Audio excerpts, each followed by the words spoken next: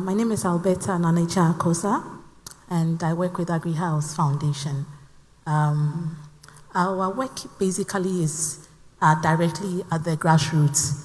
We work with farmers, smallholder farmers. We work with youth. We work with commercial farmers. We work with farmers with disabilities who we now classify as farmers with capabilities due to what we see them do. And over the years of working with over 200,000, 300,000 farmers, I tend to see our agricultural sector in three ways. One, the good, the bad, and the ugly. And which categories fall in the good? That every time we see vibrant youth, motivated youth who want to take the lead and take the charge, but are not exposed to the opportunities. The bad is that we also have an aging population of farmers who are very passionate. I see them as the gold in the soil. I see them as the seed, the soul, and the heart of agriculture. They are committed to do more, but we don't have the necessary infrastructure within the communities. Ghana has 16 regions. We have over 261 districts, over 16,000 communities. And we have smallholder farmers scattered across. But when you go to the grassroots, right from Gushegu to Limbinsi to Zabzugu, some of them have to travel far to even get access to inputs. So imagine all these 16 regions have the needed infrastructure that can support to boost agriculture. It will even reduce the rural-urban migration. But we see a lot of the young girls, even in Limbinsi, are moving to Accra to do Kayayi. Now we have the good, the bad, we have the ugly. The ugly is also the same as the youth, who again are demonstrating beyond reasonable doubts that if given the needed resources, the push, even if included in policy direction or governance, we will be able to contribute meaningfully to the future of food. But yet, we are still behind. So, I mean, it's time, I believe, that we don't only walk the walk, but we walk the talk. And it's right from leadership. And when you get to the ground too, you know, there are lots of resources, sometimes it's in abundance, but you realize that it's our own nature. We look at the profit more than the value. So we are short-term people, you know, so even if it's given to us, we look at what is the immediate profit than looking at the value in the long term. So there are lots of opportunities available. It's about how do we connect the unconnected? And that is the key question that we can ask. How do we connect the unconnected? Is that about policy? Is that about our mindset? Is that about our leadership? What's it about? And I think, lastly, we are looking at the area of exports as well. How do we grow our export markets and make use of our raw materials? And more often than not, we realize that we are not looking at the value and the volume. You see, so we are able to get opportunities to export, and we do one, we do two containers, we are done. Because we are not looking at the volume. How do we come together to build strong associations that can, you know, we are doing share barter, everybody is doing share barter, let's bring it together. And then we're able to have a good agreement that when we're able to export, this is what we all share. But then we're able to do two. And so buyers outside are also losing that confidence in us. So it's key that we talk about these things. But it's very important, but we look at how to connect the unconnected. We've all established now that the smallholder farmers are feeding us, basically. Mm-hmm. And I think I always go by the same thing, that they are the seed for everything that we do. And so it's very important that we build structures that have them in mind. Again, I'll go back to the same thing and reference to Ghana and then what we do at Agrihouse Foundation. Now, I mean, every time we are traveling across the country, and one key thing that we could possibly do, which we have started doing at Agrihouse Foundation, is how we could bring them together in form of cooperatives and associations, because doing this individually is not really working. And again, we are not also able to meet the demands when we export.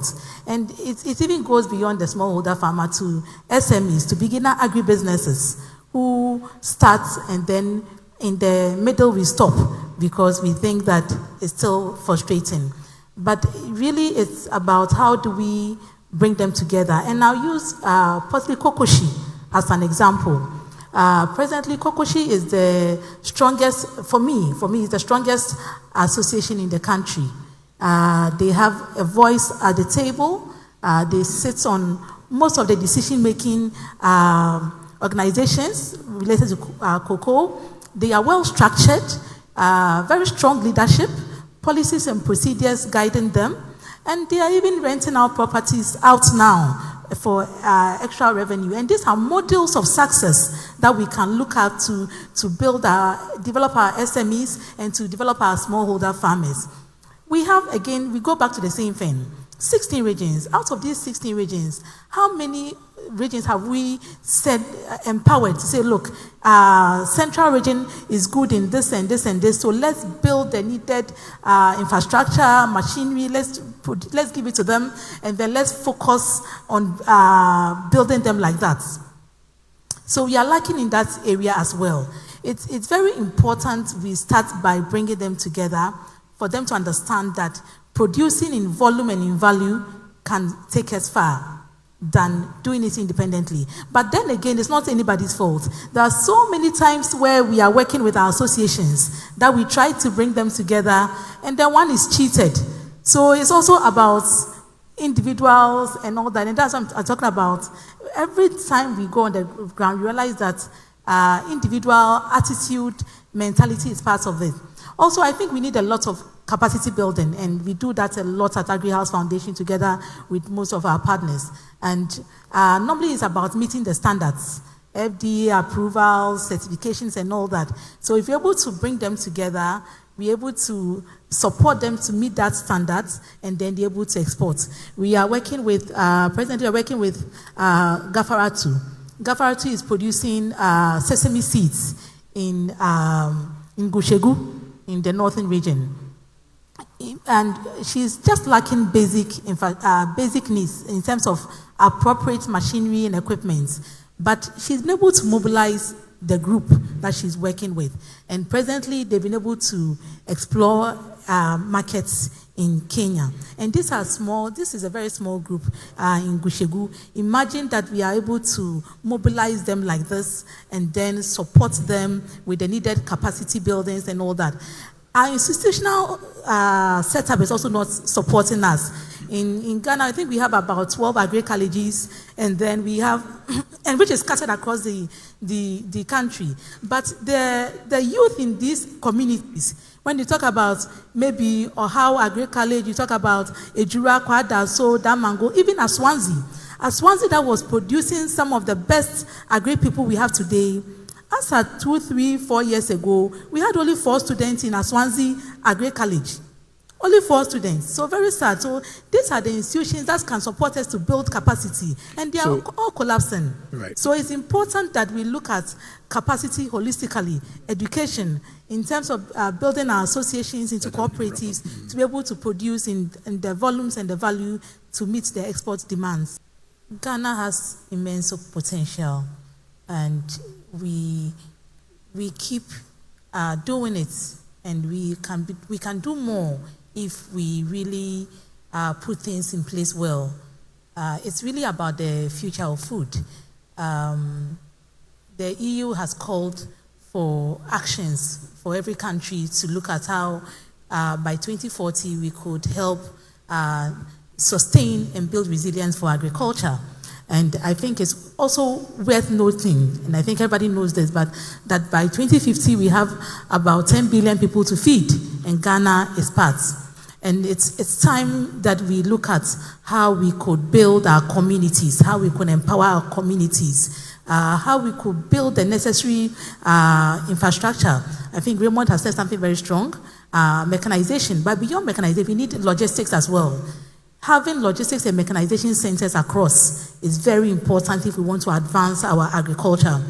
Also looking at inputs.